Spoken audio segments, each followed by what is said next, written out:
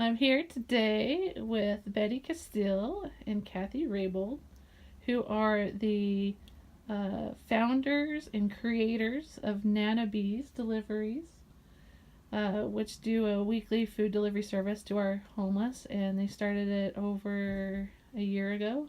Year and a half. Year and a half, closer.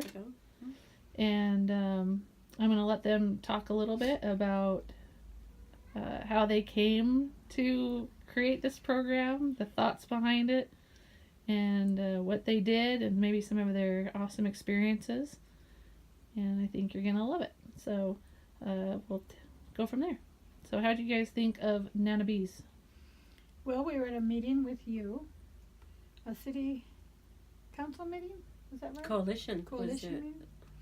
And I got fired up about not feeding the homeless. And I had driven Kathy to the meeting. We got in the car and I said, "So, do you want to help me feed them?" Paraphrasing. And Probably wise. I think we went straight to, or the next day went straight to the 99-cent store and started buying stuff to make sandwiches. And that was very basic at first. Mm-hmm. And then I think we decided that maybe a toothbrush and toothpaste and some hair products would help, and we just started going out. At first it was twice a week, on Sunday and Wednesday. And we talked to Mary about it and started getting donations, which became clothes that we sorted and took out with us. And first thing we know, we decided that we were kind of in over our heads and started getting volunteers through Mary's Facebook page. And before we knew it, we had 4 teams, monthly meetings, and lots of donations thanks to the community at large. Good job, Betty. You have anything to add on that? No, I don't think so. That's what we did. Like Betty said, she got really fired up, and she got me fired up, and Talk about relationships. And then once we started going out, it was just amazing. The people we met were amazing. The homeless people. At that time, we were calling them our homeward bound people. So, I don't know. It was just amazing meeting these people, and the more we did it, I think the more personally involved, we got to know them, and we spent a little bit more time each time we went out. And sometimes in between our Wednesdays, we'd know somebody needed something, so Betty would come by and pick me up.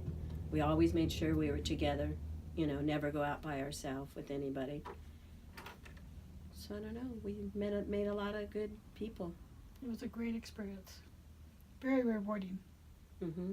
What did a typical day look like from start to finish? Because I know you guys had to do some shopping and some other things. So I kind of did the shopping, and Kathy made all the food because I had moved to Redlands.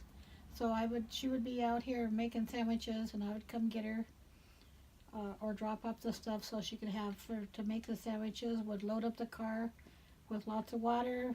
I'd make sure the clothes were sorted and separated, or we'd actually do it in her yard sometimes, as you know. And that was another thing that we did in between our sandwich runs, is we'd go pick up donations and bring them back either to your house or to here, and start sorting them. We'd have to put them in tubs and start storing them because the people were so generous with the donations. And Mm-hmm. toiletries, that was a really big hit. Everybody that we met took, toiletries and food. The water in the summer was very important, and we met a lot of people. A lot of people just passing through that were homeless, and a lot of people that were here and needed a lot of extra help. And we tried to make sure that they got the information that they needed to get that help. And the gratitude, I think we both talked about that, the gratitude and generosity of all these people that had so much less, than us. And they couldn't be more thankful. Yeah. And they'd say, can I have my friends over there, or my wife's in the bathroom, or, just... Can I have another one? Could I have an extra sandwich? And Or where's your coat we gave you? Oh, I gave it to this guy that was on a bike. So they'd need another one. That community of people is one of the most generous I've ever met. Yeah, I agree with that totally. Yeah. And we had a lot of fun. We had songs made for us. We laughed. Cried. We cried a lot. Yeah, I would really say we made, friends. We really made friends that, Relationships. We developed relationships. yeah, they cared about us many times. Where were you guys? Or was that guy, what was going on? That guy was talking to you? Was he supposed to be talking to you? They protected us. And I drove like a crazy person. Poor Kathy had to hang on for dear life sometimes. But that is true. But she's an ex-bus driver. so we got her done. And it was an amazing, amazing journey. I was happy to be part of it. Me too. It's And I hope you all keep it going. So tell me, like one of your funniest stories, and then also one of your saddest, and I'll let you guys decide who tells which. Well, I can think of a funny one right away. Of course, it's with Tony, but he said, yeah, I asked him if he wanted something. Very first time I met him, asked him if he needed something. Wasn't quite sure if he was homeless or not because he was pretty cleaned up. But then he was like, oh yeah, I just got back from safari or something. I don't quite remember. Met a zebra. I thought it was a horse. Never seen a horse before. And I'm like, okay, this guy's way far out. And I said, what's your name? And he said, why not? And I said, what do you mean, why not? He said, my name's Why Not. And I said, your name is Why Not? And he just keeps me going. It must have been because you even afterwards said, I wondered what she was talking to this guy for so long for. And then he said, my name's Tony. It's Tony. Why not? Is Tony backwards? That is funny. He is one of our biggest characters, that's Yes. for sure. Yes, he is. What about a sad one or a disappointing one? One that made you cry. I know there's had to many. Sam. It had to be Sam. Losing Sam. Ah. Yeah, that was rough because he was real special, extra special person to us, and We were so close to getting him off the street. So close. And he stepped in front of a truck and died. But we have to think of all the help that we gave, and not about what we didn't do. I think so too. I think a good one too is Alfonso because he's, he has some mental health issues, and when the first few times we seen him, he was very scared. He Wouldn't make eye contact. wouldn't look at us, and he kind of would, real fast. And then now, even I hadn't seen him for so long, I went out with Cindy just recently to sub, and I got so excited, I thought, oh my God, I'm going to scare him, but I jumped out of the car. Alfonso! He said, oh, it's you! Yep. It just made my heart. So, in time, he just loved seeing us. Yeah, He it would took see time. us.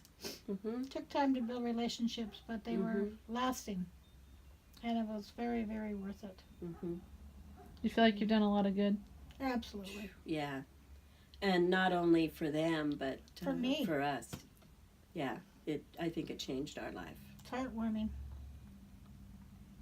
No regrets being a part of it? Creating it? Oh, no. None. Mm-mm. Do it again any day? Well, I can't be a part of it anymore, but I sure am proud that I was able to. I hope it keeps going. I know there's other people out there that are going to feel it too Yeah. once they get out there. That are younger and energetic. Their bodies aren't falling apart on them, huh? Yeah, exactly. But we're like wine. We're getting better with age. Just maybe not our bodies. Yeah, exactly. Well, I can say personally, I was lucky enough to see and be a part of this program from inception to till now, and see all the hard work you guys put in, and I remember fondly looking forward to when you guys would come over to pick up donations, and we would always heckle and laugh. And So now we know it was an excuse. She didn't need to get rid of that crap. no, I just liked having you around, and to see how much stuff we could stuff in your little I PT know. cruiser. My Peace-mobile. You'd be like, oh my gosh, all of this? Yeah. And somehow we always found a way to stuff it all in there. Even though you Yeah. couldn't see to drive, that didn't matter. Mhm. Yeah, it was You okay. didn't have to see out windows or things, but it was really a privilege to be a part of this thing, and I appreciate you guys for allowing me to. And Thanks to you, Mary. Yeah, thanks to you. You're the one that Spearheaded this whole got thing. us there. no, but on behalf of myself, I will say And thanks to Foy. the city. They inspired us. they pissed you off. Yeah. One way or another. It doesn't matter how inspiration happens. That's right. That's right. Mm-hmm. But on behalf of myself and Foy and community and our men and women, homeward bound individuals, thank you. Thank you. Thank you.